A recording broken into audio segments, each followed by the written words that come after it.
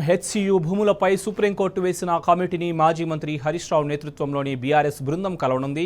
మధ్యాహ్నం Taj కృష్ణాలో committee chairman సిద్ధాంత దాస్ సభ్యులను హరీష్ రావు కలుస్తారు. కంచ గచ్చిబౌలి భూముల్లో క్షేత్రస్థాయి పరిశీలన గురించి చర్చిస్తారు. అసలు హెచ్సియులో ఏం జరిగింది, వాస్తవ పరిస్థితుల గురించి కమిటీకి హరీష్ రావు నివేదిక అందజేస్తారు.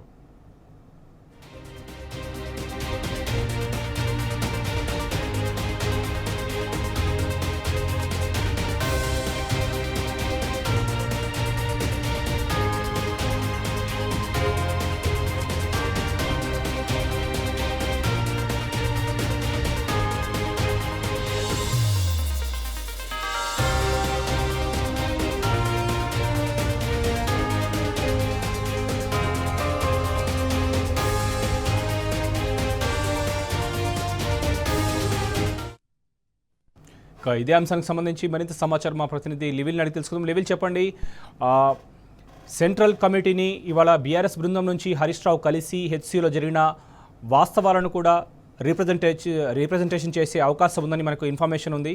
పూర్తి సమాచారం ఏంటి? వాళ్ళ హైదరాబాద్ సెంట్రల్ యూనివర్సిటీ దమనకాండకు ఇప్పటికే కాంగ్రెస్ ప్రభుత్వం కుట్రలకు ఒక్కొక్కటిగా బట్టబయలవుతున్నాయి. ఈ నేపథ్యంలోనే సుప్రీంకోర్టు సైతం సుమోటోగా స్వీకరించి విచారణ చేపట్టింది. ఒక కమిటీని ఫామ్ చేయాలని చెప్పింది. ఆ క్షేత్రస్థాయిలో పరిశీలన చేయాలని చెప్పేసి కూడా సెంట్రల్ ఎంపవర్డ్ కమిటీ ఏర్పాటు చేసి ఆ కమిటీ సభ్యులు వల్ల హైదరాబాద్ లో పర్యటిస్తున్నారు. ఇప్పటికే హైదరాబాద్ సెంట్రల్ యూనివర్సిటీలో ఏదైతే ఈ కాంగ్రెస్ ప్రభుత్వం చేసిన దమనకాండను తొలగించిన చెట్లతో పాటు చనిపోయిన జింకల మృతదేహాలను, అక్కడ జరిగిన విధ్వంసాన్ని మొత్తం కూడా అధ్యయనం చేసింది ఆ కమిటీ.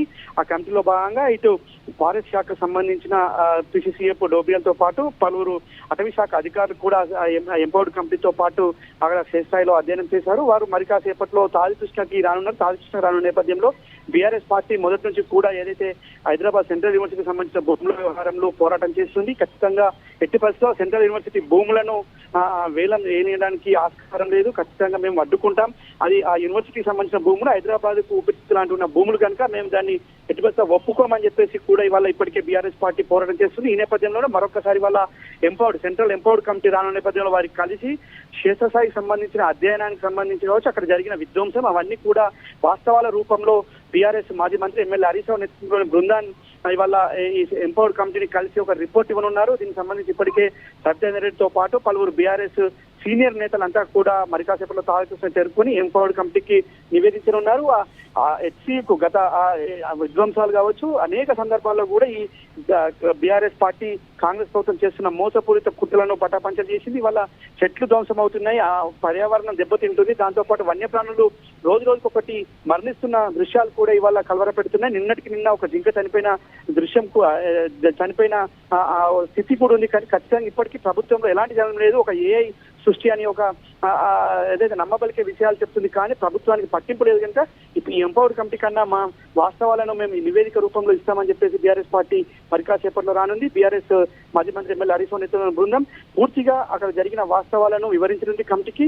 అంతేకాకుండా ఎట్టి పరిస్థితుల్లో దీనికి ఒప్పుకోవాల్సిన అవసరం లేదని కూడా చెప్పనుంది. అయితే ఎంత చేసినా ప్రభుత్వం ఏదో ఒక రూపంలో భూమిని తనాక పెట్టి అమ్మే ప్రయత్నాలు చేసింది కనుక ఎట్టి పరిస్థితుల్లో ప్రభుత్వం, కేంద్ర ప్రభుత్వం దీనిపై దృష్టి సారించాలని చెప్పేసి కూడా బీఆర్ఎస్ పార్టీ బృందం కోరనుంది. ఇప్పటికే హెచ్ఆర్డీ మినిస్టర్ ధర్మేంద్ర ప్రధాన్ కలిసిరు. అటు సుప్రీంకోర్టులో విచారణ కొనసాగుతుంది, ఆ విచారణ చేపట్టారు. అయినా కూడా ప్రభుత్వంలో ఎలాంటి వెనుకడు వేయకపోవడంతోనే ఇవాళ దుందుకి చర్యలకు అడ్డుకట్ట వేయాలంటే ఎంపవర్డ్ కమిటీ కూడా వాస్తవాలను వివరించాలని చెప్పేసి కూడా పార్టీగా బీఆర్ఎస్ పార్టీగా ప్రధాన ప్రతిపక్ష పార్టీగా ఒక అడుగు ముందుకేసి వాళ్ళ నివేదిక ఇవ్వనుంది. దీనికి సంబంధించి గత కొద్ది రోజులుగా జరుగుతున్న దమనకాండకు దృశ్యాలను కావచ్చు, అక్కడ జరుగుతున్న ఫొటోస్ ఇవన్నీ కూడా ఇవాళ ఎంపవర్డ్ కమిటీకి నివేదించనుంది. శోభన్.